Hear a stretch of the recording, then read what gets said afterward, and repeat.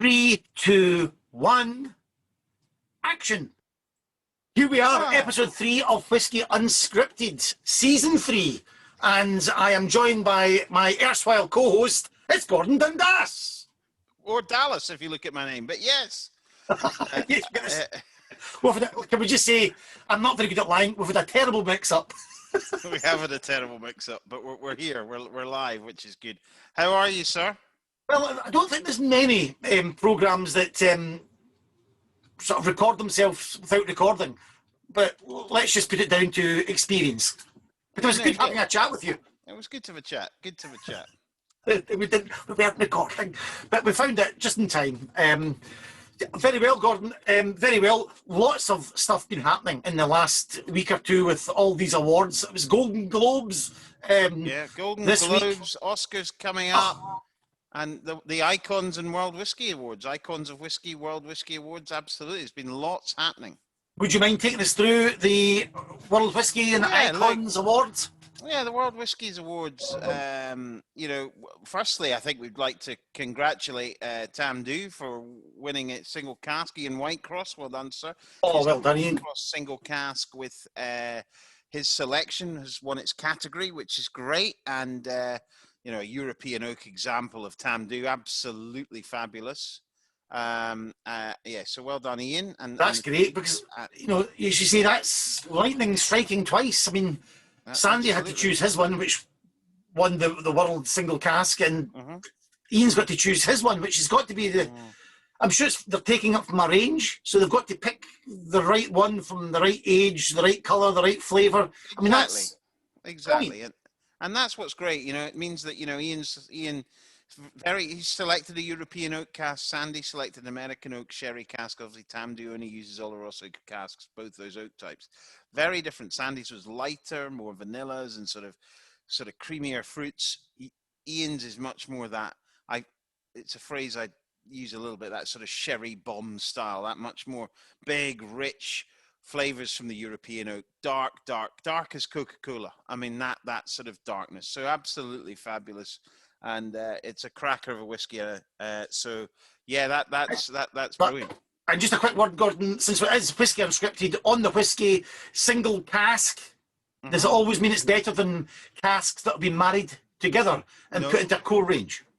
No, not at all. I mean, I think a single cask is you'll have a rough idea of which casks may slightly go off at a slightly different area to become a different single cask. But, what single casks generally show, certainly from Tamdhu's perspective, as far as I'm concerned, is the quality across the board of the casks which we use. And even you and I did a little tasting recently where we had two single casks they were numbered identically next to each other, and the difference in them was immense. So there's no rhyme or reason sometimes why whiskies go off on a certain tangent, and that's the beauty of whiskey, really. But if you've got John and the guys at Tamdhu will have an idea that want to keep that maybe for a single cask, or we don't want to use that one.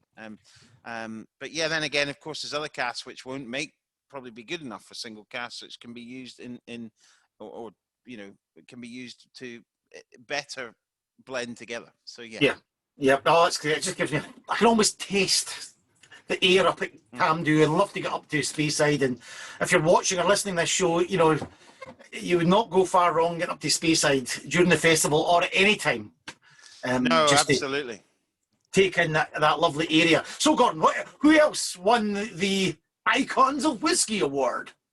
Well, I mean, I think the key thing about the Icons of Whisky is that, if we look at, they look at distillers and producers and all these types of things. So Distiller of the Year, if we look at Scotland, they do Ireland, Australia, rest of the world, America, and all those winners then go up against each other. We'll just look at Scotland because of probably the biggest category, obviously. And the Distiller of the Year was White Mackay, which is what I'm going to be drinking here. I'll explain a little bit about what I'm drinking, but it's produced by White Mackay. And then they look at the craft producer, so the smaller producer. And Hibiki won that, which is a brand run by a good friend of mine, but it's all about, all the grain is produced on the farm there, sort of just north of Dundee, and so they've done very well. But we start to feature a little bit sustainable distillery. We were highly commended, so silver award, I guess. The winner being Nickneen, which sounds like it's from a sort of, I don't know, Game of like Thrones. Brian or something. But Nickneen Distillery, well done to them. But Glengoyne, we know how we've been working very hard on our sustainability credentials, and the distillery is very sustainable, as you know and can talk about. But Right. but also, of course, we've now got the packaging, which is 100% recyclable up to the 21-year-old. Yeah, And you forget how important the sustainability is for us at Glengoyne. It really is. And also for these awards now being featured, that shows you how important being environmental and sustainable. And we've got a responsibility, I suppose, because places like Glengoyne and other distilleries are generally situated in some of the most beautiful parts of Scotland, and we really need to protect.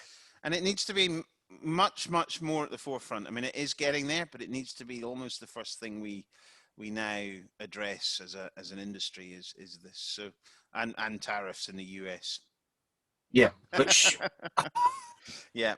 So keep moving on. Brand innovator Ardnamurk, and now Alex Bruce, friend of the show, was on in the last series. If you've not listened to that, fantastic. Great interview. They did, obviously, they released their first single malt, so well done to them. But we did, well, I mean, a full marks. Firstly, Distillery Manager of the Year was Stuart Walker at Fettercairn, and this is what I'm drinking. So I have a Fettercairn 22 in my glass, 47% alcohol. Fettercairn is a distillery that's been a bit reawakened recently by White Mackay, has very famous water jackets on the stills, which is all about the reflux and distillation temperatures and things like that, and really, really interesting sort of approach to something very different in distillation. This is, and Gordon, just on that, the water jackets, they're just cooling the stills down. I think so. Yeah, it's all about managing the amount of reflux, which we do through the temperatures of our distillation. And water jackets is another way of managing that element of it. And they sit around the sort of top half of the still just before the vapor heads off into the line arm, into the condenser. So Fettercairn, well known for that. So they have their water jackets. This whiskey, Stuart, congratulations. I'd like to thank Mitch Betchard for this from Coppercairn. There we are, Coppercairn. I don't know if you can see that. Yes, you can. He sent me this sample, so congratulations to Mitch. He's a former William Grant Glenfiddich ambassador. Thank you for this sample. So what is it like?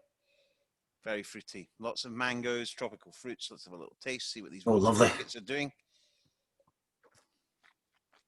No. Oh, that's absolutely gorgeous. Very fruity, gentle, spicy, quite tropical, quite creamy. Very, very smooth. Lovely, lovely whiskey. I've never really drunk Fettercairn before. Oh, I'm going to have to search it out. Gordon, I was looking for my Ian Whitecross single cask. Funnily enough, I found an empty bottle. Just a small bottle. But I have got myself, just to honour the single cask at Tamdhu, a lovely single cask here from Tamdhu. Fantastic. Which aged 12 years. So it's European oak. So it's just... Very nice. Just lovely. Wonderful. Fabulous. Anything else caught your eye in the news? Yes. I didn't want to trade too far away from the world whiskey, icons of whiskey, because we have our very own Stuart Henry. Before we move on from Glengoyne, who his official award is Distillery Visitor Manager of the Year. Yes, Visitor Distillery Attraction Manager of the Year. Yes. And so Stuart, Stuart's been at Glengoyne for 25 years now, and he understands visitor attractions. He understands whiskey distillery visitor attractions to a level that I've probably never seen before. So we would love people to come and sample that when restrictions allow us all to come and see just a lovely balance between knowledge. I think the expression is you wear your knowledge lightly. Yeah.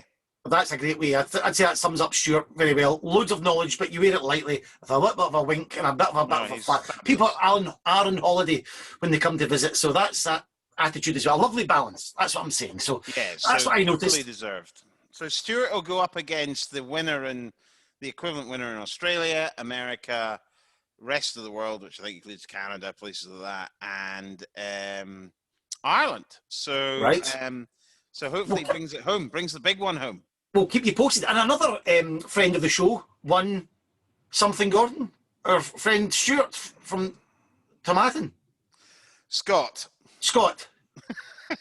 yes. I'm sure there's Stuart up there, but... No, Scott, you're right. Full marks to Scott Adamson, Ambassador of the Year. He's done so much for... he's done a lot over lockdown, and he's done so well with being quite innovative in doing things, and, you know, done a lot on sort of great content. And if you've not seen a lot of that content, have a look at it on tomatin.com. But we had Scott on as well, and fantastic. Yeah, full marks to Scott as well. So some great winners. If you want to see any of the winners, go to iconsofwhiskey.com. And if you want to see the World Whiskey Awards winners, if that's important to you or not, World Whiskey Awards, worldwhiskiesawards.com. Now, just before I do my other little bit of news, to say that coming up in Whisky Unscripted, Season 3, Episode 3, Iain Burnett, the Highland Chocolatier, one of the, and I'm not using this phrase over dramatically, probably one of the great chocolate makers of the world. Oh, absolutely. I mean, he's a master chocolatier, and he's a Highland master chocolatier. Absolutely. And I think why we wanted to get Iain on was, I mean, the amazing knowledge and understanding of flavour. But, you know, we actually, if you come to Glengoyne, you can do a chocolate tour, chocolate pairing with our whiskies and his chocolates, which have been specially made to go with our whiskies. So, and I've done it a few times, as you can probably tell. And it's an incredible understanding of of how chocolate can enhance a whiskey and vice versa, mouthfeel, everything. Incredible. That's great. Before we get there, though, just a quick word about the whiskey auctions that have been hitting the headlines in the last couple of weeks. Almost the perfect auction lot, £6.5 million, and the big prize within that one, the rarest of the rare, a Macallan 1926, goes for £1 million, Gordon. I mean, it's amazing to think that a whiskey that was distilled in the year that you were born is incredible. I mean, £1 million. And I thought, as a result of that, Gordon, because it's not often you know, who wants to be a millionaire? No, you would be an instant millionaire. If you had a bottle in your shelf behind you or behind here, we'd be millionaires. Exactly. So I thought this might be a good opportunity to see if we could answer any of the questions, the £1 million questions from Who Wants to Be a Millionaire. So I'm going to ask you a question, then you're going to ask me a question. Okay, now, here's a challenge. So we're going to keep on going down this list. So, can I ask you one question, Gordon? Was that bottle worth it? Is that the right question to ask? I mean, is a can of bottle of whiskey be worth £1 million? It's like everything. It's up to the person that's buying it, really, isn't it? Yeah. Is the whiskey sensational? Almost certainly.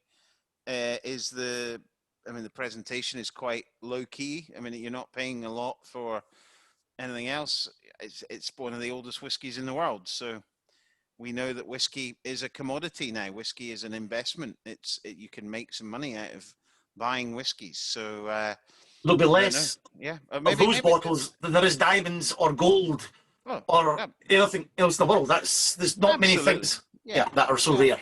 No, absolutely. And you know, that's down to, you know, I mean, and what I always think is amazing, though, is if you think of when that whiskey did come out, whenever it was, you know, there was probably quite a lot of them were drunk without anybody ever thinking that they would be worth a lot of money. And that was probably even the case 15 years ago with a lot of whiskies. A lot of whiskies bought and drunk, you know, 15 years ago, as whiskey ultimately should be, without anybody ever thinking they were going to make any significant money from them. So, do you think, Gordon, there's ever, because I do this all the time, I sort of bore my kids. I love talking about what will happen in the future, you know, be able to take your car and fly over the hills. Do you think anyone in the bar in 1926 was saying, do you know what? In the future, this will be worth £1 million? I wonder. Probably No, not. I'm pretty sure they weren't. But I think the point is, it's a great. I mean, it's up to the people that buy them. You know, there's a lot of people up there who want to have the oldest Macallan in their collection or whatever. So it's like everything. People collect cars. People collect, you know, whatever. And you know, people spend money on very odd things, and that's just the way of the world, you know. And to be fair, I was watching a programme in super yachts just to get myself ready for when I obviously own one. And I tell you what, £1 million wouldn't even touch how much people spend on super yachts and even keeping them going. Well, no, absolutely. Year. Oh no, absolutely. I mean, I do a bit of sailing, and I've been watching the America's Cup from New Zealand, and you know, the British Challenge have just crashed out, having spent £110 million, and they went out in a matter of about 3 hours racing, if you actually add it all up. And that was it, gone. £110 million of research and development gone. So yeah, I mean, it's that kind of thing. But getting back to Who Wants to Be a Millionaire? Challenge accepted, Gordon. Right, Give me the question. Glasses are on. Whiskey is in hand. October 2001. Peter Spyrides. What was the occupation of the composer Borodin? Was he a naval captain, a chemist, a lawyer, or a chef? Borodin.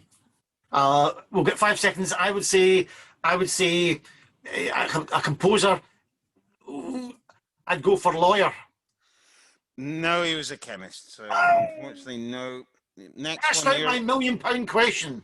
Okay.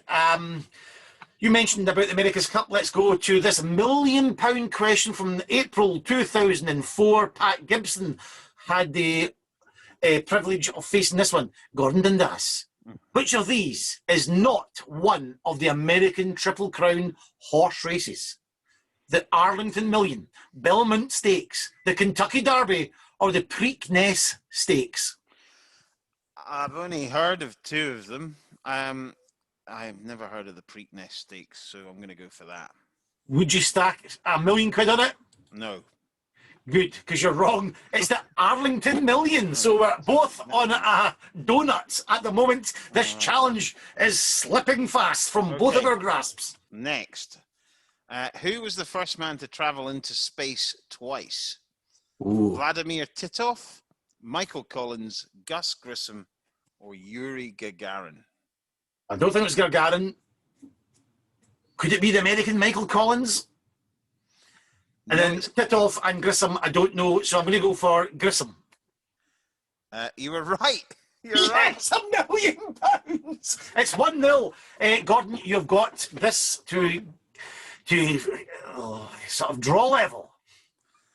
Okay. Which boxer was famous for striking the gong in the introduction to the J. Arthur Rank films? Oh, I remember that. Bombardier, Billy Wells, Freddie Mills, Terry Spinks, or Don Cockle? I have absolutely no idea. I have absolutely no idea. This is the draw level. If not, Gordon, if you hit Terry the post. Spinks. See, I'd have went Freddie Mills, 3, 2, 1. Oh, it's Bombardier, Billy Wells. We're both wrong, which means I take the £1 million. Or at least. Well done. Yeah. This week's challenge. Well done. So there's £1 million. I mean, that's all sparked from that rather rare bottle of whiskey. But it's amazing that the appetite for collecting Macallans that are out there in these Speyside festivals. You see the roads sort of gummed up with cars queuing up. Yeah. I mean, look, Macallan's an amazing brand, but it's not just Macallan. There are other whiskies that are proving to be that as well, and will be the next Macallan, if you know what I mean. But yeah, I'll tell you what, Iain Whitecross or Sandy McIntyre's single cask. Yeah. Who knows in a few years' time? Who knows, absolutely. And when you look at the quality of what's coming out of Tamdhu, Glengoyne, but other distilleries as well, then I very much, are more of a buy it. And if you're going to buy something, buy 2 of them and drink 1 of them. Yeah. But anyway. Enough of that. Let's get on to chocolate. As you can tell, a favourite subject of mine. could I just squeeze in one last thing before we head on to the Iain Burnett interview? And that was, we did items that have influenced or changed the course of whisky history. Now, we started week one with a pair of tartan trousers, signifying the tourist industry has grown up around the distilleries. Wonderful. Then last week, Gordon, you had? We had the Glengoyne glass. And how that glass, I think, in the last 20 years has done an amazing job for the whisky industry. So since we've got a Tamdhu theme this week, it's about the cork closure system, which really is now replaceable. And before 1913, Gordon, you could not do that. It was like a champagne cork driven in, and William Teacher's grandson, William Bergius, in 1913, patented this removable and then replaceable cork stopper, which you really have to say that's fabulous. Really kind of became synonymous with high-end, with quality products like this whiskey here. So that was, and I think that's a really, really good one, because I think you forget how it has defined whiskey in terms of, if you look at them laterally and you look at old bottles of whiskey now, we know that the cork closure can be a bit of an issue. The modern cork closure is fabulous, obviously, and it's a fairly very sustainable industry. But I think, to have, when you just, that noise is a fabulous, fabulous noise. It's one of the great. Yeah. And just smelling the cork, it's just a wonderful, as you say, these cork trees are sustainable. They can go for about 100 odd years, and you can still harvest the cork from them. And my little research tells me that just wine alone, 15 billion wine corks produced annually. And I think that's over and above the whiskey industry. 14 billion of them are in my recycle bin. So that was why, and it's always a mystery of how my wife can hear that noise up a flight of stairs and along a corridor. Well, that's why, as I said, that's why when I was in a tasting, and I said it was a Japanese tasting, and I was sort of in it as well, talking about our whiskies, and I said, why do you use Yamazaki? Why do you use a screw top? And he came out with that brilliant line of going, well, I can open my whiskey and my wife won't hear about it, but yours will. And I'm like, fair cop. It's a fair cop. So I know. So the cork closure mechanism there, and I've just again, Stewart's Highlands Cream of the Barley were the first company to really to advertise their whiskey with the fact that they had a removable and replaceable cork stopper, and the tagline was "Bury the corkscrew."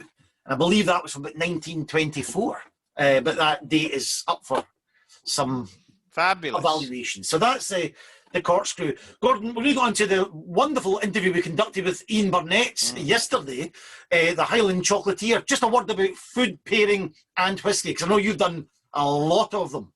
Yeah, look, I'll try anything with whiskey. I mean, when I moved to Taiwan, the first 3 days I went to a Chinese dinner, right? For a Chinese dinner, the big sort of lazy Susan in the middle, and there was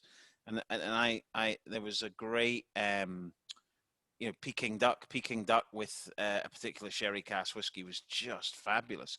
Cheese and whiskey works very well. Maybe a creamy brie with a lighter bourbon matured whiskey, maybe a sharper, harder cheese, maybe like a Parmesan with a sherry cask, with high strength sherry cask whiskey would work well.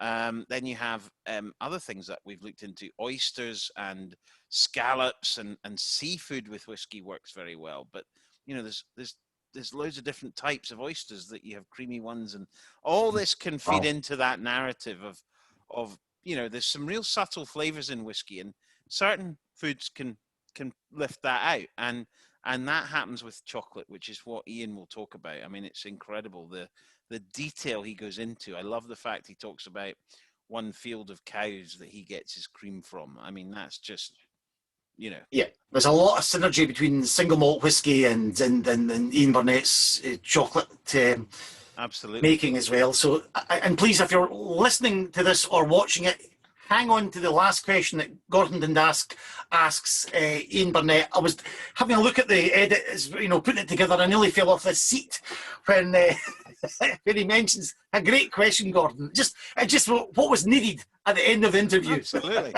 You know, I think people will enjoy that question. It was probably what everybody was wanting to ask. So yeah, I asked it. And there's a skill there. So listen, let's see what happens when Whisky Unscripted meets up with the Highland Chocolatier, World Truffle winner of the year, several years, Mr. Iain Burnett. Iain, welcome to Whisky Unscripted. Thank you for having me, Gordon. And can I just say, that's a fantastic hat. It's a great hat. It's great. It keeps on going way out of the picture. Fantastic. That's brilliant. And I notice you're possibly in a roof space or an attic. Maybe it goes through the roof. I don't know. Do you know, when you have a chocolate kitchen, it's not really designed to have an office. So this is the attic above. Fabulous. Iain, I'm delighted you joined us. But just before we begin, for people watching or listening that haven't heard of Iain Burnett's, could you explain a little bit about yourself and what your operation is up there just outside Pitlochry? Yeah, so I've become known as a Highland Chocolatier. We're up here, as you say, in Highland Perthshire.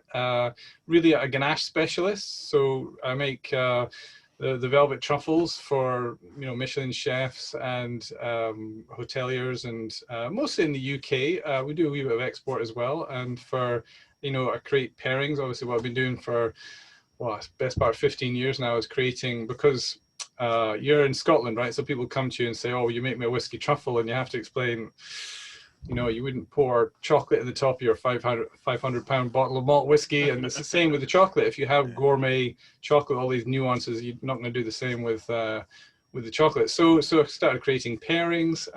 So that's a big part. And the velvet truffles have gone on to win over 40 national and international awards now, twice best truffle in the world. So it's been a long journey, but quite exciting. So, Gordon, that wasn't Scotland you mentioned. That was the best truffle in the world. Yeah, that's amazing. So what made a young Iain Burnett go chocolate? What was it that made you? I mean, has it always been a passion? It's my dad's fault. Well, actually, no, I blame them both. No, my dad brought me up to always help in the kitchen, and he was not some fancy chef, but this is on the west coast of Scotland, the Isle of Mull, and he used to have a thing about using really, the best Scottish produce you get his hands on, and combine it with the more exotic. Like he used to do a lot of Southern European, South American, and Indian cookery and so on. But this is all using sort of Scottish ingredients as well. So my mother's a perfectionist, so I'm sort of the combination of those two. And I couldn't be a chef, but with chocolates, it's very detailed. It's very, if you want to do ganaches particularly, which are very awkward and difficult, particularly if you don't want to put any of the additives in. Most even hand-making chocolatiers will put in a lot of the glucose, the sorbitol and stuff, but this is a pure ganache with none of that, and therefore you have to understand the natural science behind it in order to crystallize and get them that lovely, beautiful, thin, smooth texture without any of that crumbly greasiness. But if you try and do all that naturally, it's quite tricky, and that's the bit I enjoy. It's not everybody's cup of tea, but that's my cup of hot chocolate. Well, I mean, and so are you originally are you from Mull? What is somebody originally Mull? Yeah, the Isle of Mull. But so are you a Muller or a Mullach? No, I wasn't born there. No, I was born. Right. I was born across on the mainland, but but only briefly. Tobermory? Tobermory, that's the one, yeah. So Tobermory Distillery, obviously, Laphroaig as well. Ardnamurchan round the corner, Nickning nearby, full of distilleries there now. I love Mull. I used to go there. I used to sail a lot, so they used to do a thing called Tennant's West Highland Week, which was... Well, my dad was a big-time sailor out there, yeah. So big fan of Mull. The Mishnish, great bar. If you're ever in Mull and things open up, got to go to the Mishnish. That used to be my dad's address as a sailor. You had to write to David Burnett, the Mishnish, Tobermory. Fantastic. What else? What more do you want? Brilliant. Fantastic. You just, I wouldn't say glossed, but you just passed over the process. And I know, because you've come to Glengoyne, gave us a masterclass. Could you just tell us the process you have to go through in order to create these truffles without any of the sorbitols and artificial ingredients? Because it's quite an outfit you have to put on. Yeah. I think the the starting point is the ingredients. You know, you've got to have good ingredients. You've got to eat your way through a lot of different chocolate to get to the point where you find some good ones. But we're talking, so on the ingredient side, yeah, you're looking for not a blended chocolate. You're looking for a single origin chocolate. You're looking for, you know, this is the malt whiskey of the single malt of the chocolate world, if you like, and you're looking for certain flavor notes. So we'll probably talk more about it, but there's a Sao Tome couverture from the island of Sao Tome. It's quite a rare cocoa, but it's a very exciting one as far as cocos go. And then there's a special cream I use from you know, a local herd of cows, and you know, actually here in Perthshire. But there's a journey to that as well, and finding the right cream and so on. So it's not just you know, the typical cream you buy in the supermarket, but it's quite special. And when you bring that together, that's when you start having to spend the time. So the Velvet Truffles, yeah, it took about 3 years to create the first one.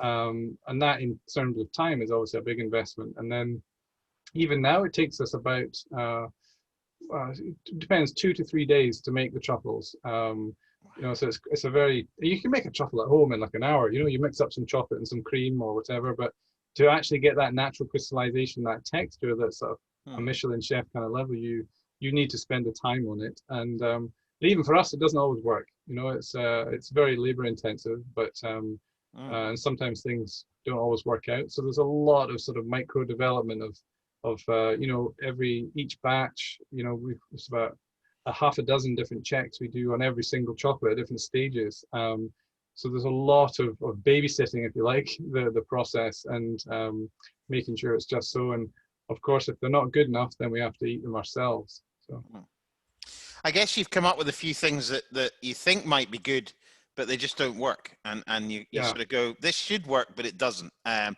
bit like whiskey. Yeah, you get some funny ones. You know, there was one chef asked me to create a smoked hay truffle. And that was a challenge. First of all, how do you smoke chocolate because I mean, it's pretty hard to bring in a natural smoke in a warm environment when you're working with something like chocolate. So anyway, we managed that, but frankly, it didn't taste that great. So we achieved it, but it wasn't a big seller. What can I say? But no, generally, there's a lot of experimentation. You know, and occasionally you get an accident. Like there's one that the caramelized licorice ganache that I made that was actually an accident. So you get things like that happening. That one was a fun one because I burned some white ganache, and so I ended up with this kind of horrible grey mass, and we were about to throw it in the bin, but the staff had been sticking their fingers in it. We're like, oh, you know, no, that's really quite good. So we had a bunch of this left over, and I was taking it down to London. Salon de Chocolat, big show, London, chocolate show in London, to test it out in the public with not that particular one actually. It was all like it was supposed to be a spices ganaches. I was trying to let the public decide, you know, what kind of spicy ganache, Ras El Hanout or whatever, to the, you know, Moroccan spices for people to try. And so we tried to get rid of this ganache on them, right? And they all came back to the stall and were like, oh yeah, this is great, where can we buy this? I'm like, no, it's not for sale. You couldn't tell you're just trying to get rid of it. But anyway, it's long story short, that ended up winning the best white truffle in the world because it was with a wee bit more work, but it was basically a caramelized white ganache with a wee twist of licorice in it. And it does really fun things with whiskey actually, but it really brings out that wee note of licorice at the back of your throat after you swallow it. This is natural licorice root, not like your scary black candies, but like the natural licorice root brings out this kind of brings out all of the savory characteristics in a whiskey, assuming it has that kind of depth to it. So it's really quite interesting. That is interesting. I just mentioned there, Iain, you mentioned about whiskey, and this is Whisky Unscripted. And you've talked about a lovely flavour pairing there. Licorice, I'm already thinking of the Glengoyne 10. But could you talk a little bit about food pairings and chocolate and whiskey, and why do they go so well together? You know, I'm sure for a start it depends on the chocolate. Like I've worked with you know, quite a few master distillers and wine houses and even champagne houses and so on. And quite a few of them, although they're coming to me, they're actually, sometimes they think they're coming for a PR exercise. You know, oh, we did haggis last month. Let's do chocolate. No, should we do cheese? And it's kind of like, oh, do you know? And some of them have had their fingers burned. They've done a whiskey or something with a bar chocolate, and it's been a rather cheapening experience, you know. So what we're not talking about any of that, obviously. I'm talking about like when I have a chef come who says like, okay, I'm going to be serving this, this, and this on the menu, finishing with pheasant. You know, what kind of ganache or truffle will go with that? What'll work? What'll bring out the flavors and so on. If that's what you're trying to do, it's a very intensive thing. So you do a lot of you know, a lot of nosing, a lot of trials, and you know, a lot of messing around to try and find something. But when you get it right, it's really exciting. And I don't mean just, well, it's exciting for me as a chocolatier because the different expressions of whiskey will bring out, will change, will accentuate certain things in my own chocolates, which I think I know very well from, you know, you think you work with them for years and you know them, but a different expression will bring out different things in the chocolate. But the same thing happens with the whiskey, and that's really interesting because if you nose a whiskey and taste a particular velvet truffle, when you come back to the whiskey, it's changed. Or I don't mean changed, I don't know, it's just so different now, it tastes like the chocolate. I mean, if there was like a, I don't know, let's say a peppery note in the whiskey that a lot of people just miss, it kind of glosses over. And this is like the, you know, the experienced whiskey drinkers. If you combine it, or if you pass on to a chocolate, that when you come back to the whiskey, that peppery note suddenly jumps out.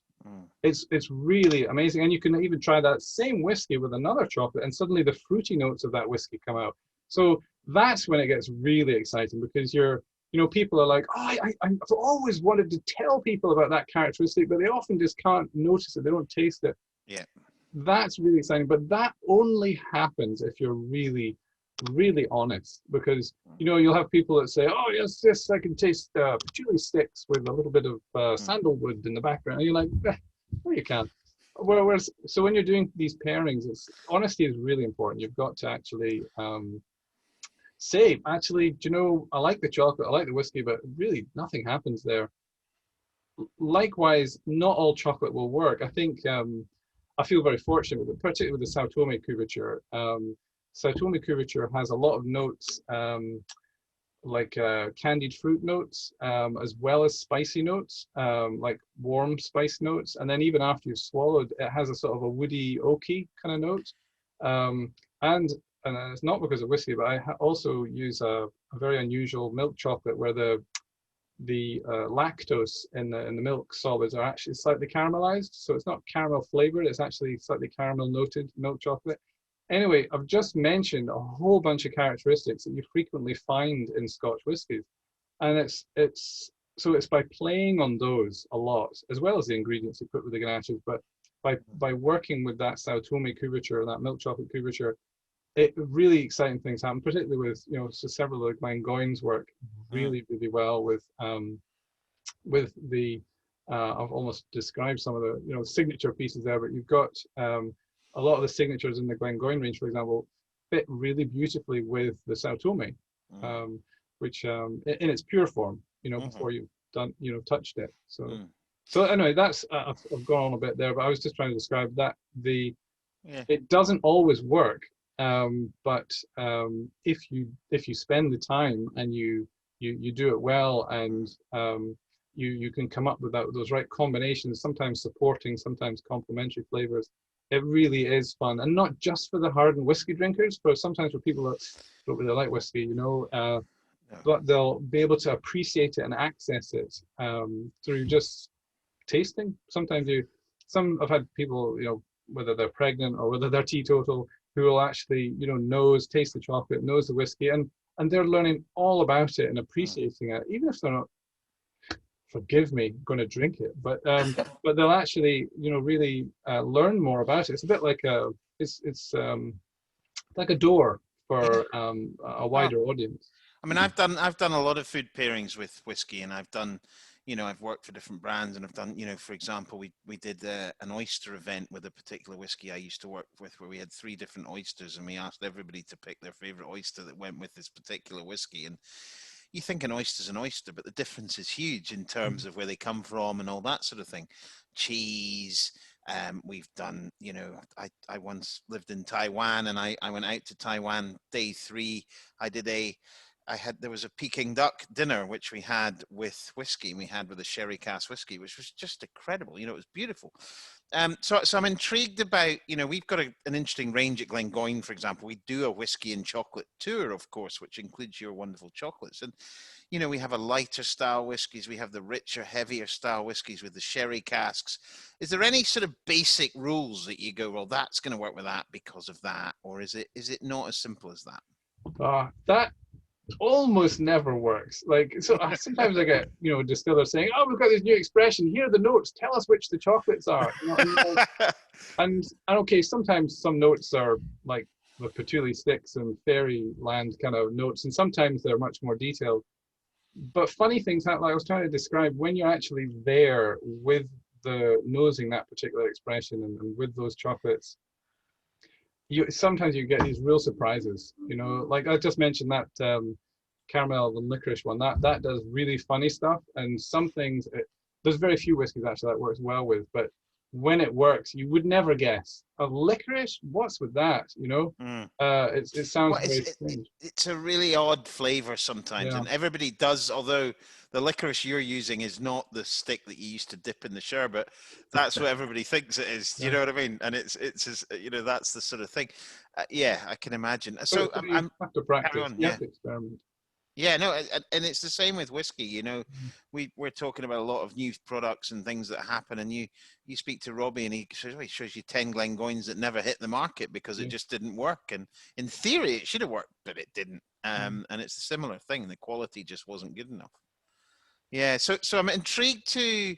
So if I said to you, Iain, in your chocolate making career, this is a 2-pronged question. What's your sort of pinnacle of your chocolate making career? What's the thing that you think that was one of the best things I've ever done? Well, I'm not there yet. Surely World Truffle. World Truffle, yeah. That must have been something else. It's good. That sort of thing is great because you can say, appreciation to the cows, appreciation to that, where they're producing that amazing cocoa in Sao Tome, appreciation to the team, it's all very nice. But that the Dark Velvet Truffle, one of the best dark truffle in the world, we've changed the recipe half a dozen times since then, so there's no sort of sitting still. You're constantly finding stuff. Like we have meetings every single week where we're talking about what happened this week, what didn't work, what how to improve, and you're constantly adjusting and fine-tuning, sort of micro-developing the recipes and so on. So that never ends. So if I had to pick something, I would probably say the kind of, although it was long and drawn out, the eureka moment of creating that velvet truffle texture in the first place. That was a really long, hard process, but that's kind of the building block. Once you've got the process of creating a truffle that doesn't have the additives, it's literally like you're talking about dairy and cocoa, nothing else. Once you can do that, that's your building block. So I guess that would be a pinnacle if you want, and that was unfortunately years ago. I've got a little game here, Gordon. I've not told you. I'm not told. This might not work. I might edit it out. He loves the game.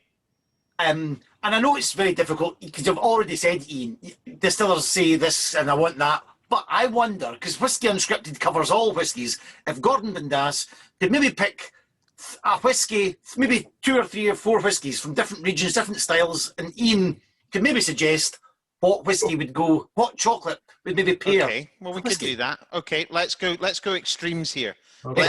Let's start off with something like a Laphroaig 10. Big, bold, smoky, maritime, a little bit quite sort of honeyed sweetness in there a little bit, but of course the main thing is that big smoke that comes through. Okay. Big smoke. Lemongrass. That's really weird you should mention that whiskey, actually, because the chocolate I was about, and now I have to let it out of the bag. the chocolate I was about to not tell you about goes with that whiskey. Ah. So, and the only reason I can say this is because I am familiar with that whiskey, and I have done a pairing for Laphroaig. Yeah, it's a great whiskey. It's very bold. It is a great whiskey. And John Yeah. Campbell, we've had on the program. John has been there making that whiskey for years, and he says his biggest thing that keeps him awake at night is getting Laphroaig 10 correct all the time. Yeah, that's it. So I'm talking about batch 6 here. I don't know which batch we're on now, but Okay. It was basically a praline works really well with that. I mean, you've got to have a strong whiskey to go with a praline. Praline being like a hazelnut paste, so you've got heavier oils. So yes, you're getting that nuttiness that goes with a maltiness, but it also tends to go towards the kind of what you might call the maritime whiskies. So anyway, but it's a very unusual praline in that it's got it's infused with lemongrass, which sounds kind of weird, and that's why I usually don't talk about it. I usually get people to taste it and then we talk about it.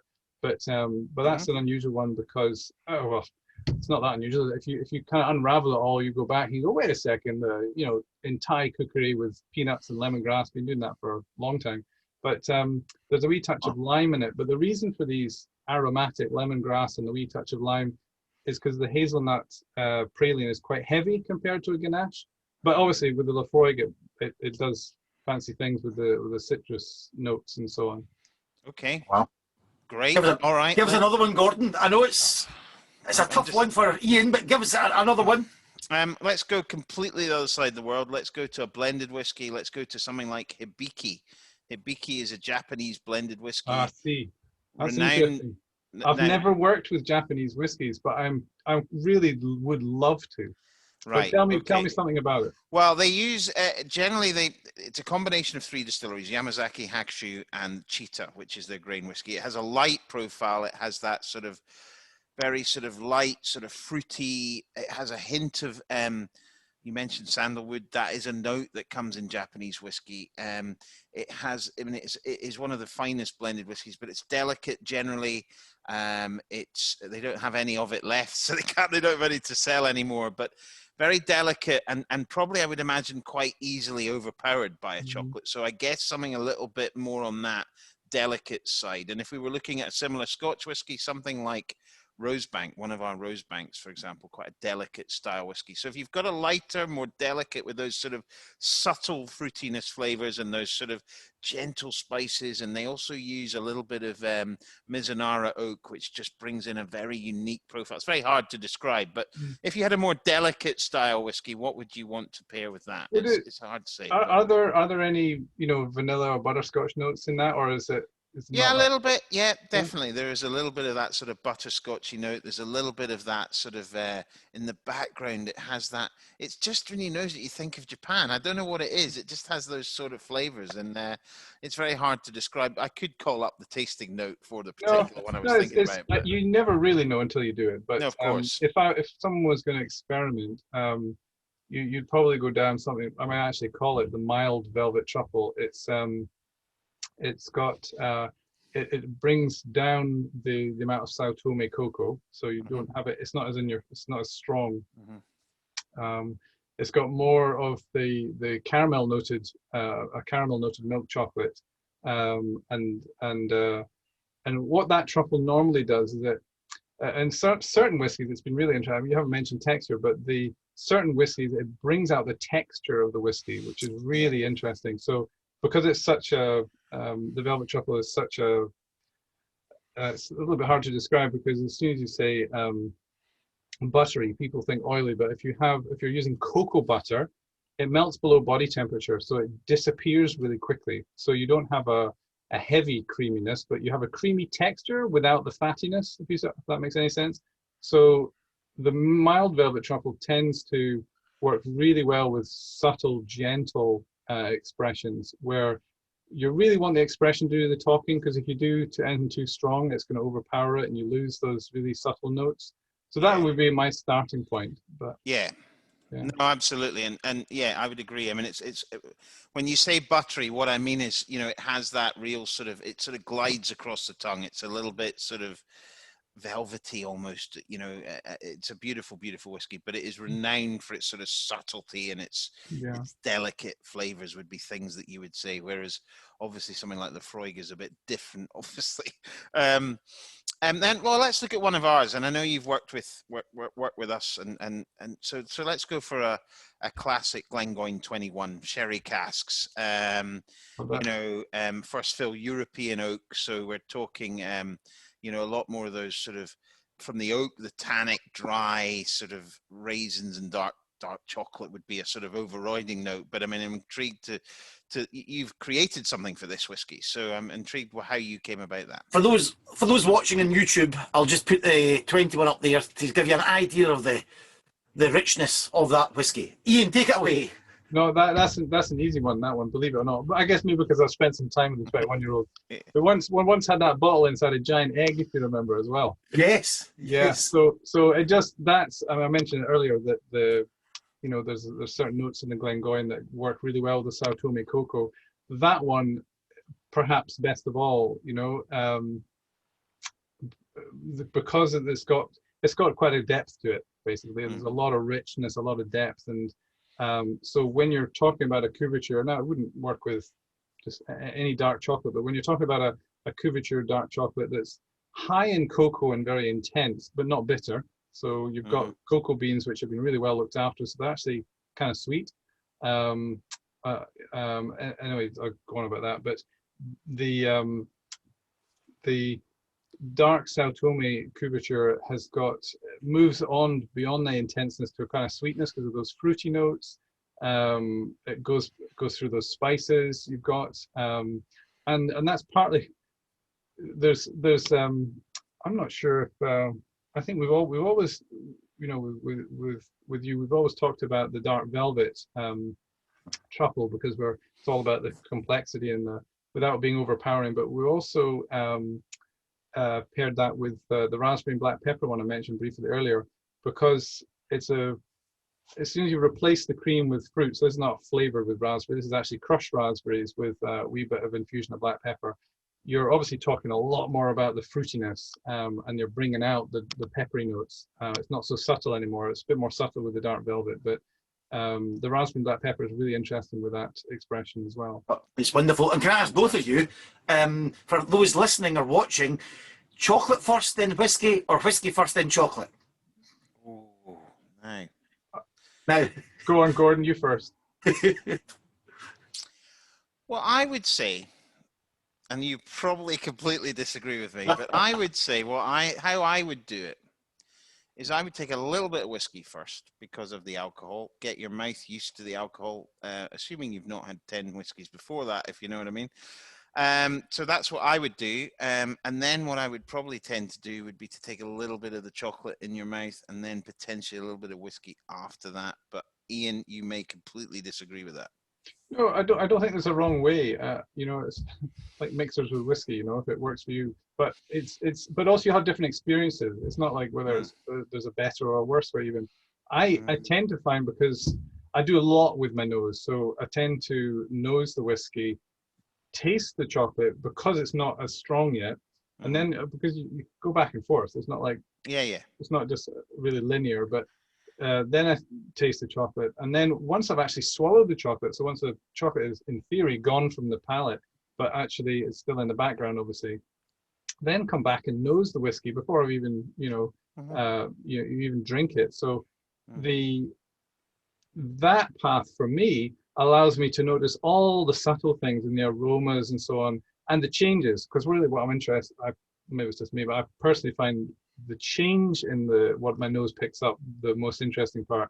So the first nosing, taste the chocolate, back to the second nosing, and you usually find a shift, you know, something is altered and changed. And then obviously you can then taste the whiskey, you can then go back to the chocolate, you can do what you just described as well.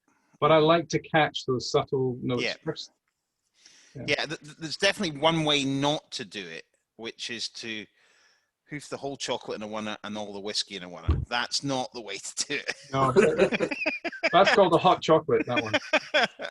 That's fabulous. Utterly And finally, fabulous. could I just ask, since it is Whisky Unscripted, and you've obviously got a good knowledge of whiskey, Iain, it can be any whiskey you want. What would be your desert island whiskies? Get maybe top 3. What would you? What's your whiskey moment as well? Oh yes. Oh, that's really hard.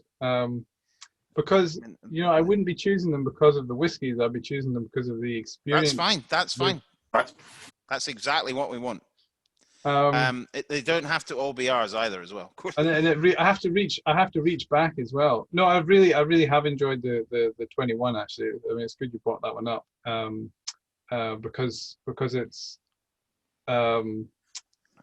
there's a funny synergy I find with the Dalmore actually. Now I'm going to get the name wrong. Is it King Alexander? Yep, yeah. That is a whiskey. Yep, from them. Very nice. So that one is really I found really interesting. And you hate me for saying, but I find a lot of synergy between it and the 21, the Glengoyne 21. But only because for me there's a journey with the whiskey and there's a journey through a chocolate, and I find the journey.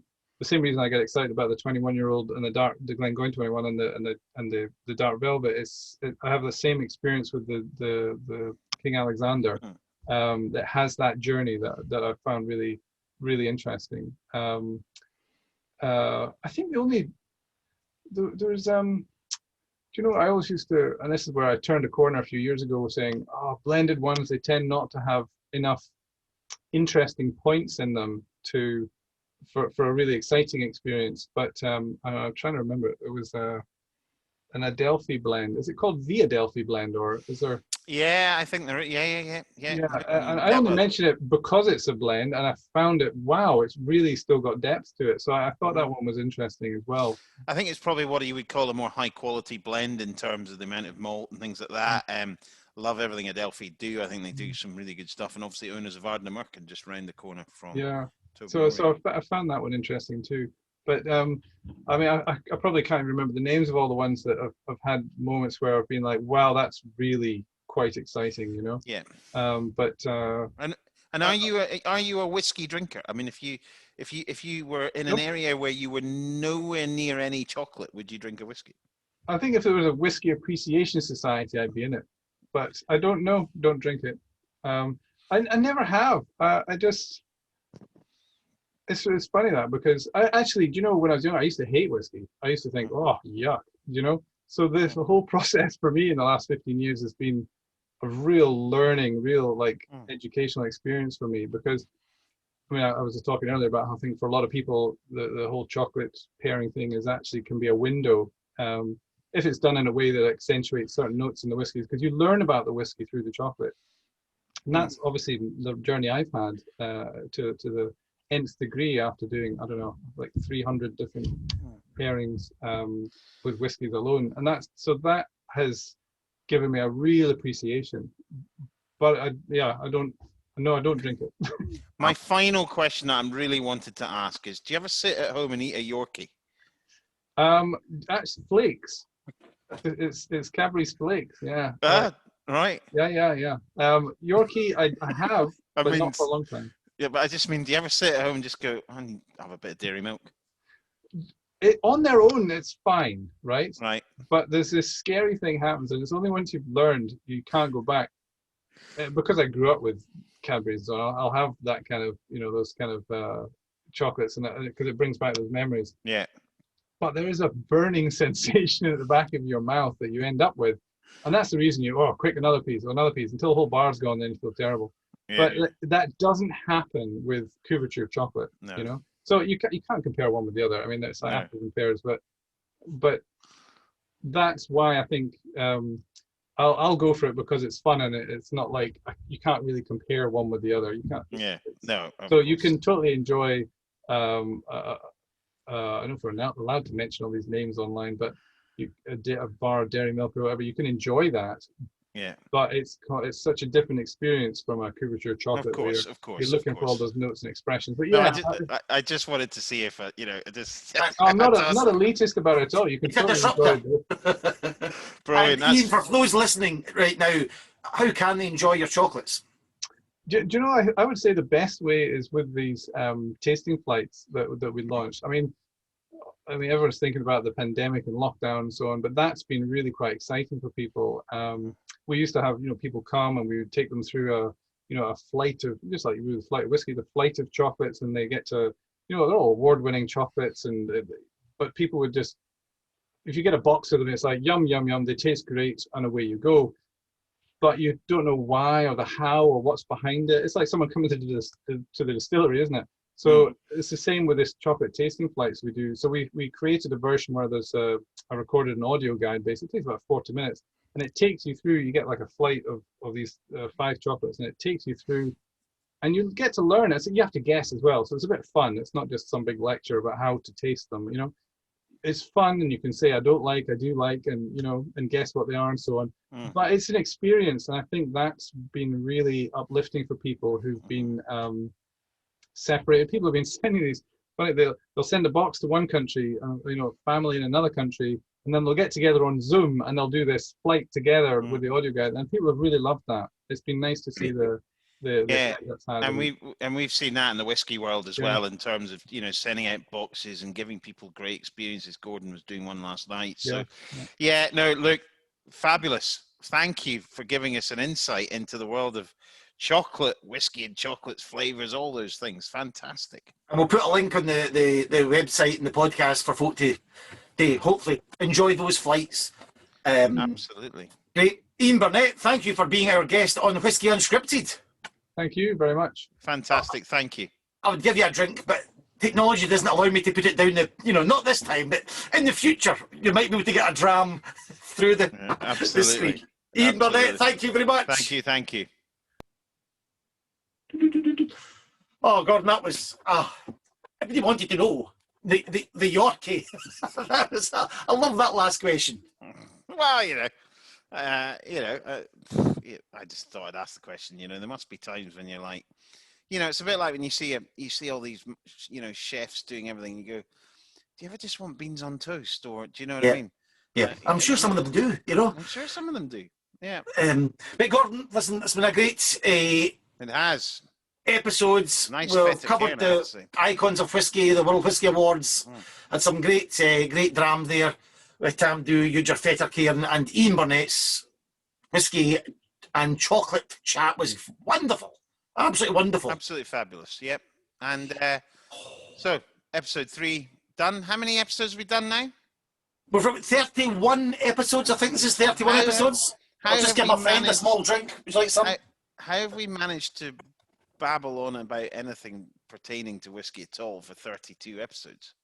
Listen, it's my career in total, that. So keep quiet, Gordon. So far, I'm getting away with it.